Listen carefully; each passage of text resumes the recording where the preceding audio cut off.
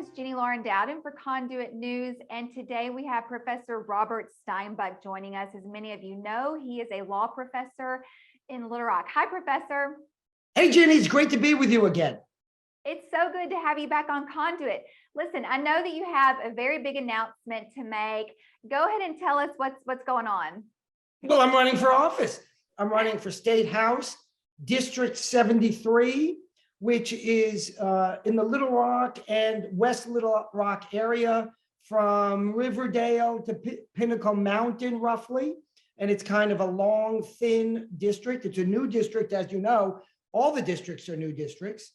And I'm very excited to be running as a Republican, of course, for that seat. What made you decide to run? Well, it's a good question. Of course, I've been involved with politics here in Arkansas now for many years. My goal has always been the same, and it remains the same now, and that is to make the lives of Arkansans better. And I've worked with so many legislators and other elected officials already, helping to write laws and getting a number of them passed and improving the legal landscape for Arkansans every time we do so. I've been working most recently, as you know as well, with Chris Corbett. He's running for office in the Conway area. And during all of this process, people have repeatedly said to me, Rob, why don't you run? And I said, look, I'm happy to run or not run. It's not about me. It's about what's good for Arkansas and good for Arkansans. And before the census, the district that I lived in was drawn in such a way that a Republican didn't have a chance to win. So I said, well, there's no chance for me to win where I happen to live. And at the moment, I'm not moving. So it is what it is. Right. Well, as you know, they redrew the districts. And I knew that for some time. And I was aware that this new District 73 is far more favorable to Republicans than was the old district. So I've been contemplating this for some time. And I've been talking with people for some time. And then I took a look at what was happening right now, right before we have to start filing literally tomorrow. Right. So the Democrat who held the seat that overlaps with the new district, but will have a real challenge winning the new district, he's no good. He voted against the tax cut. He votes against any conservative ideal. He makes no claim that he has any conservative beliefs. So he needed an opponent. And one of the things I've always tried to keep my eye open for is, well, is there some good opponent who's stepping up? For example, when Chris Corbett decided to run for House up there in Conway, he was deciding House or Senate. Well, Mark Johnson's new district covered Chris's area. Chris and I both said, well, Mark's great. So we don't need to challenge a conservative with another good conservative. Right. There is one other Republican running in my district in the primary. And I don't know him personally, but he's a chamber guy. And that's not an insult if you're a chamber guy, but it's not the most favorable description if you are, like me, a true conservative. And I believe in conservative values economically, socially, and I believe we need to restore safety and security in our communities. We've seen this going on in Little Rock, in West Little Rock, in Arkansas, and across this country. There has been a degradation of security, a degradation of support for police, and a degradation of our safety. And I won't stand for that anymore. And so that's the kind of Republican that I am. I subscribe to the platform, and I will fight for each and every Arkansan's constitutional rights, something, as you know, the chamber didn't do. We indeed discussed on your show, Ginny, how the chamber was pushing these mandates for vaccines. Hey, I've been vaccinated. I'm okay with taking a vaccine. I'm okay with taking a vaccine. If you're not okay with a vaccine, guess who gets to make that decision?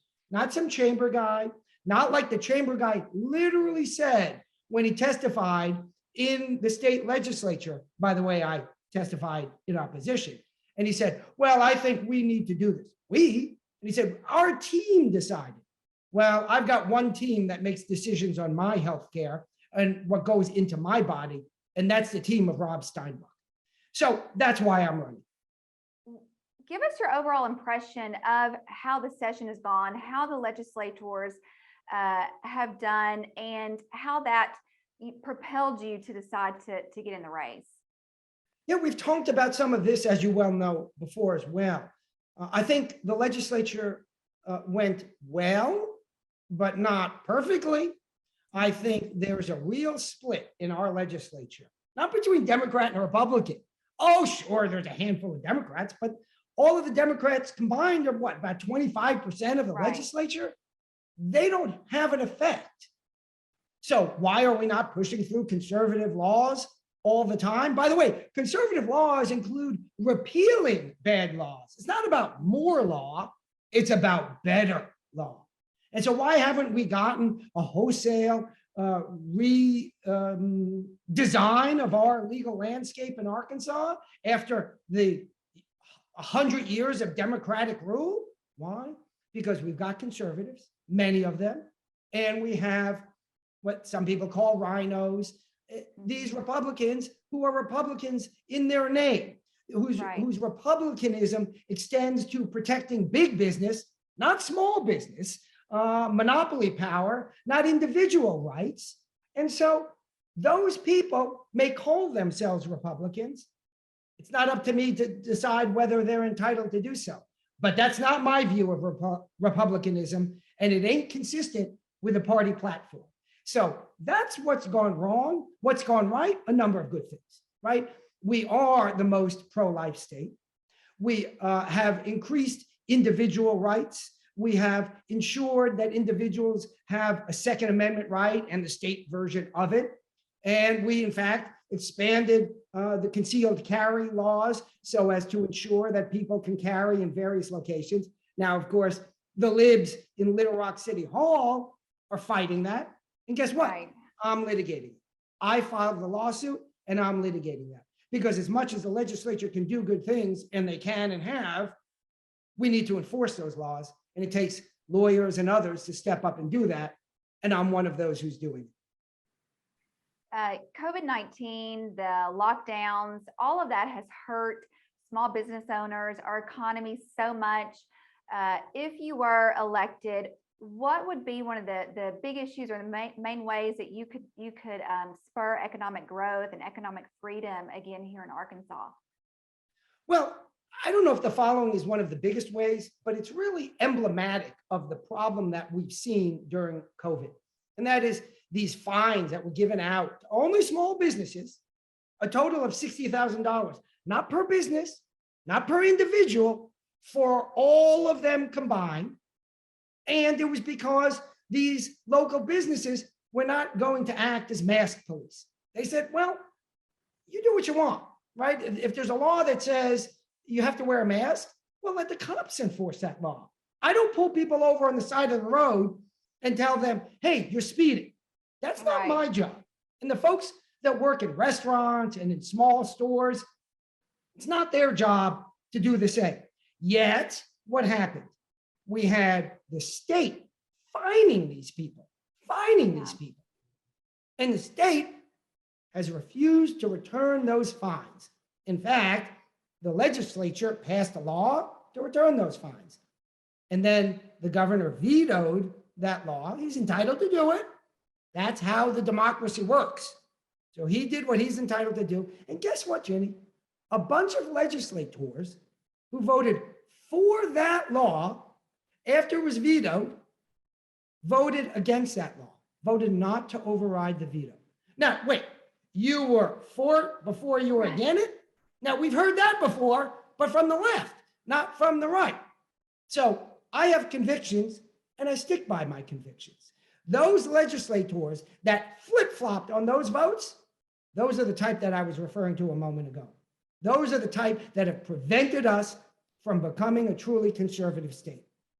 And that's a problem. So the first thing I would do would be work with all of these good legislators who are already working to return those fines. Now, I think those fines might get returned before I even get elected if they get their way in the fiscal session. But that's the idea, right? That's the approach that I have to business. Freedom. But that freedom can't extend to allowing big business to dictate what you do on your free time. Could you imagine what a liberal would say if a conservative business said to its employees, hey, by the way, when you go home, you can't watch some of those R-rated movies or something like that? Could you imagine? They would say, you can't tell me to do what I'm doing at home. That's my business. And by the way, they're right. They're right. The left is not always wrong, just most of the time. So fast forward to COVID, and all of a sudden, the left abandoned the notion of individual rights. Well, guess what? We conservatives stood up and took that mantle. And the left said, we're going to tell you not what you do at work, what you do at home. You don't get a vaccine at work. You get a vaccine on your free time with your doctor. Remember that whole thing? That's between a woman or a man and their doctor, right, and their God, if they have one. I have one, by the way. Well, what happened to my relationship with my doctor?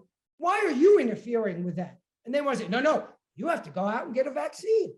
Well, guess what? As I said earlier, I went out and got a vaccine because I decided to get a vaccine. Not because the chamber mandates that I have to get a vaccine. Not because some big national company says to me, you got to get a vaccine. And not because some politician gets a big donation from that company and doesn't want to oppose them. If I'm elected, nobody owns me except the people that vote for me. Those are my constituents, nobody else. What would you like them to know about you and why they should vote for you, especially in this upcoming primary against Wycliffe, and then presumably, hopefully, in November? Well, I believe in freedom. And I believe that Arkansans, like all Americans, should have less interference from the government. And the government should focus on the single most important thing they do. And what is that? You know, the government has a monopoly, not on business. It's not like a socialist state or a communist state yet. Yeah. But they have a monopoly on something, on the use of force. Because only the government has police. Only the government has a police power. And yet, the police are underfunded and the government is failing us. We are not safe. We are not secure. Around the corner, there was effectively a carjacking. Some 20 or 30 bullets shot at a car around the corner from where I live in Little Rock. And has the city caught them? No, they haven't. And what did the mayor say to those victims? I'm praying for you. Well, guess what, Jimmy? We all have our own priests, our own reverends, our own rabbis, our own imams. We don't need the mayor to pray for us. We need the mayor to provide adequate police protection, and he ain't doing it. And we can do more at the state level. We can get more state police into this area, and we can provide greater safety and security for all Arkansans, because we are wanting, and this country is wanting. This country has taken a turn under leftist prosecutors and other leftist elected officials who say, oh, well, you know, we're not going to have bail.